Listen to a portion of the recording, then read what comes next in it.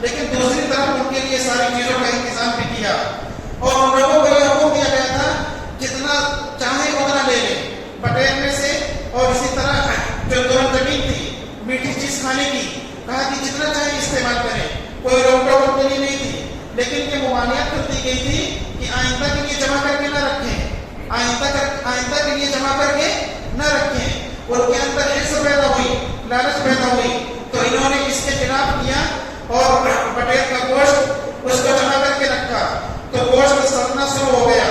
اسی کو قرآن کریم میں کہا گیا وَمَا ظَلَمُونَا وَلَٰكِن كَانُوا أَنفُسَهُمْ يَظْلِمُونَ، انہوں نے ہمارا کچھ نہیں بگاڑا، انہوں نے ہمارا کچھ نہیں بگاڑا، بلکہ یہ اپنے اوپر ظلم کرتے رہے۔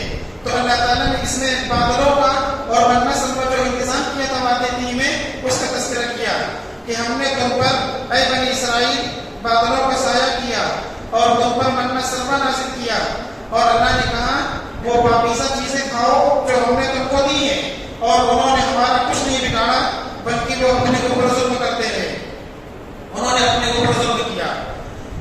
اس کے بعد فرمایا وَإِذْ قُلْنَا ادْخُلُوا هَٰذِهِ الْقَرْيَةَ، اس وقت کو یاد کرو، اس وقت کو یاد کرو جب کہ ہم نے کہا اس بستی میں داخل ہو جاؤ اور اس میں جہاں سے چاہو کھاؤ پیو خوب آسودہ ہو کر، اور دروازے میں جھکتے ہوئے داخل ہونا، اور یہ کہنا کہ ہم بخشش کے طلبگار ہیں، یعنی اے اللہ ہم تیری بخشش کے طلبگار ہیں، تو ہم تمہاری غلطیوں کو معاف کر دیں گے، اور جو نیک کام کریں گے ان کو مزید ہم نوازیں گے۔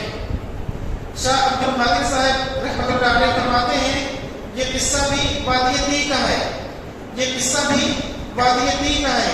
جب مننا سلوہ نازل کیا اور مننا سلوہ کھاتے کھاتے اٹھا گئے، تو انہوں نے درخواست کی کہ ہم کو معمولی کھانا دیا جائے، ہم گوشت مننا اور سلوہ کھا کر کے اٹھا گئے ہیں، اب ہم کو معمولی کھانا دیا جائے، جس کا تذکرہ آگے بھی آئے گا۔ اس کے بعد ان کو حکم دیا گیا کہ ایک شہر میں جائیں اور وہاں کھانے پینے کی تمام چیزیں ان کو میسر ہوں گی، کھانے پینے کی تمام چیزیں میسر ہوں گی۔ کہا گیا کہ اس بستی میں جاؤ جہاں سے چاہو تم خوب آسودہ ہو کر کھاؤ، لیکن چونکہ ان سے قصور ہو گیا تھا کہ جہاد سے انکار کیا تھا، اس لیے اللہ تعالیٰ نے کہا کہ جب اس بستی میں داخل ہونا تو جھکتے ہوئے داخل ہونا، اور یہ کہنا کہ ہم تیری بخشش کے طلبگار ہیں، تو ہم تمہاری غلطیوں کو معاف کر دیں گے، ہم تمہاری غلطیوں کو معاف کر دیں گے، یہ ان سے کہا گیا تھا۔ حتۃ جو لفظ قرآن میں استعمال ہوا ہے، حتۃ کے معنی سؤالنا ان تحط عنا ذنوبنا، ہم درخواست کرتے ہیں کہ ہماری غلطی کو تو معاف کر دیں، یعنی حتۃ کے معنی یہ ہے۔ تو ان سے کہا گیا تھا کہ کہنا کہ ہم تیری بخشش کے طلبگار ہیں اے اللہ، تو ہم تمہاری غلطیوں کو معاف کر دیں گے۔ تو انہوں نے حتۃ کو بدل دیا حتۃ سے، حتۃ کے معنی بخشش کی طلبگاری کے ہیں، بخشش چاہنا، اور حتۃ کے معنی گیہوں کے ہیں، حتۃ کے معنی گیہوں کے ہیں، یا اس کو بدل دیا حبۃ سے، اور حبۃ کے معنی دانہ کے ہیں۔ تو انہوں نے اس طرح سے شرارت کی کہ جو لفظ اللہ نے سکھایا تھا معافی کا، اس کے ذریعے سے معافی نہیں مانگی۔ ایک آیت کا مطلب یہ ہے۔ اور دوسری چیز دیگر مفسرین نے کہا ہے کہ جب ان کو جہاد کرنے کا حکم دیا گیا تھا، یعنی ملک شام پر جانے کا، اس سے متعلق یہ آیت ہے، اور یہ آیت ان پر جو بادلوں کو سایہ کیا گیا اس سے پہلے کا واقعہ ہے۔ تو ان سے کہا گیا کہ بستی میں جانا، اور جب وہاں پر جاؤ گے تو ہر چیز کی فراوانی ہوگی، جہاں سے چاہنا کھانا، لیکن جانا تو دروازے میں سجدے کی حالت میں داخل ہونا، یعنی جھکتے ہوئے جانا، اور اللہ تعالیٰ سے معافی مانگتے ہوئے جانا۔ انہوں نے اس کے برعکس کیا، تو پھر اللہ تعالیٰ نے ان کو وادی طی میں 40 سال تک بھٹکایا ہے۔ اسی 40 سال کے اندر حضرت ہارون کا انتقال ہوا، حضرت ہارون کا انتقال ہو گیا۔ حضرت ہارون کے بعد تقریباً 1 سال یا 6 ماہ کے بعد حضرت موسیٰ علیہ السلام کا بھی انتقال ہو گیا۔ اب اس کے بعد حضرت یوشع بن نون کو نبی بنا کر بھیجا گیا، اور پھر حضرت یوشع بن نون کی قیادت اور رہنمائی میں بنی اسرائیل نے دوبارہ ملک شام کی طرف قصد کیا، اور ملک شام جو ان کا اصلی وطن تھا ان کے قبضے میں آ گیا۔ تو اس کے بعد اللہ تعالیٰ نے جو انہوں نے بات بدل دی تھی اس کا تذکرہ کیا ہے۔ فَبَدَّلَ الَّذِينَ ظَلَمُوا قَوْلًا غَيْرَ الَّذِي قِيلَ لَهُمْ، تو جو بات ان سے کہی گئی تھی کہ سجدے یعنی جھکتے ہوئے جانا اور معافی مانگتے ہوئے جانا، تو اس بات بات کو انہوں نے بدل ڈالا، اس بات کو انہوں نے بدل ڈالا۔ قرآن میں حتتوں کا لفظ استعمال ہوا ہے، انہوں نے حتتوں کو حتتوں کہہ دیا، حتت الدانا۔ تو پھر اللہ تعالیٰ کی طرف سے کیا ہوا؟ فَأَنزَلْنَا عَلَى الَّذِينَ ظَلَمُوا، تو جن لوگوں نے ظلم کیا، شرارت کی، ان پر آسمان سے آفت نازل کر دی، اس وجہ سے کہ وہ مسلسل نافرمانیاں کرتے رہے، نافرمانی کر رہے تھے۔ اس لیے اب چونکہ اللہ تعالیٰ کی طرف سے بخشش سکھلائی گئی تھی، دعا سکھلائی گئی تھی، اس میں بھی شرارت کی وجہ سے تبدیلی کر دی۔ تبدیلی جب کی تو آسمان سے ایک آفت آئی، مفسرین نے لکھا ہے طاعون کی بیماری آئی، طاعون کی بیماری آئی، اور اس طاعون کی بیماری میں تفسیر قرطبی میں لکھا ہے 70,000 بنی اسرائیل ہلاک ہوئے، 70,000 طاعون کی بیماری میں بنی اسرائیل ہلاک کر دیے گئے۔ تو آیت کریمہ جو ابھی پڑھی گئی تھی اور اس کا ترجمہ پیش کیا گیا، اس سے ہمیں پتہ چلتا ہے کہ اللہ تعالیٰ کا جو حکم ہو اس حکم کے خلاف نہیں کرنا چاہیے۔ اللہ تعالیٰ نے کسی چیز کا حکم دیا ہو تو اس کو ہم کو کرنا چاہیے، اور بندہ اللہ کے احکام کا پابند ہے۔ جب اللہ تعالیٰ کی طرف سے کوئی حکم آ جائے فوراً وہ اس کا پابند ہو۔ تو اللہ تعالیٰ کے حکم کا انسان کو پابند ہونا چاہیے، اور جو نعمتیں انسان کو حاصل ہو اس پر اللہ تعالیٰ کو شکر ادا کرنا چاہیے۔ اور تیسری چیز، کوئی کلمہ اگر سکھایا گیا ہو تو اس کو اپنی طرف سے رد و بدل کرنا جائز نہیں ہے، اس میں اپنی طرف سے تبدیلی کرنا جائز نہیں ہے۔ اس میں الگ الگ چیزیں ہیں۔ اب جیسے نماز میں اذان کے اندر جو الفاظ سکھائے گئے ہیں، جو حدیث سے ثابت ہیں، اس میں اگر کوئی شخص سوچے کہ دوسرا لفظ استعمال کرے اپنی طرف سے تو یہ جائز نہیں ہے۔ اسی لیے اللہ کے نبی صلی اللہ علیہ وسلم نے ایک صحابی جن کو ایک دعا سکھلائی تھی کہ جب تم بستر پر جاؤ تو دعا پڑھ لیا کرو، تو وہ دعا میں یہ پڑھا تھا آمنت بکتابک الذی انزلت وبنبیک الذی ارسلت۔ تو انہوں نے وبنبیک الذی کے بجائے وبرسولک الذی ارسلت پڑھا، تو اللہ کے نبی صلی اللہ علیہ وسلم نے فرمایا کہ یہ صحیح نہیں ہے، وبنبیک الذی ارسلت پڑھو۔ تو جو الفاظ ہیں اس کو اس کی جگہ سے پھیرنا یہ صحیح نہیں ہے۔ اس لیے بنی اسرائیل پر پھر عذاب آیا، اور شرارت کی وجہ سے ان کے عذاب آیا، اور اس میں 70,000 افراد ہلاک کر دیے گئے۔ تو اللہ تعالیٰ کی طرف سے سزائیں آتی ہیں جب انسان ہمدردی اور سرکشی پر بہت زیادہ آ جاتا ہے، ورنہ عام معمول یہ ہے کہ دنیا میں اللہ تعالیٰ ڈھیل دیتے ہیں، موقع دیتے ہیں، جب معاملہ حد سے تجاوز کر جائے تو پھر اللہ تعالیٰ کی طرف سے سزا آتی ہے۔ اس لیے ہمیں چاہیے کہ ہم اللہ تعالیٰ کے حکم کی پابندی کریں اور اللہ کی نعمتوں پر شکر ادا کریں، اور اگر کوئی مصیبت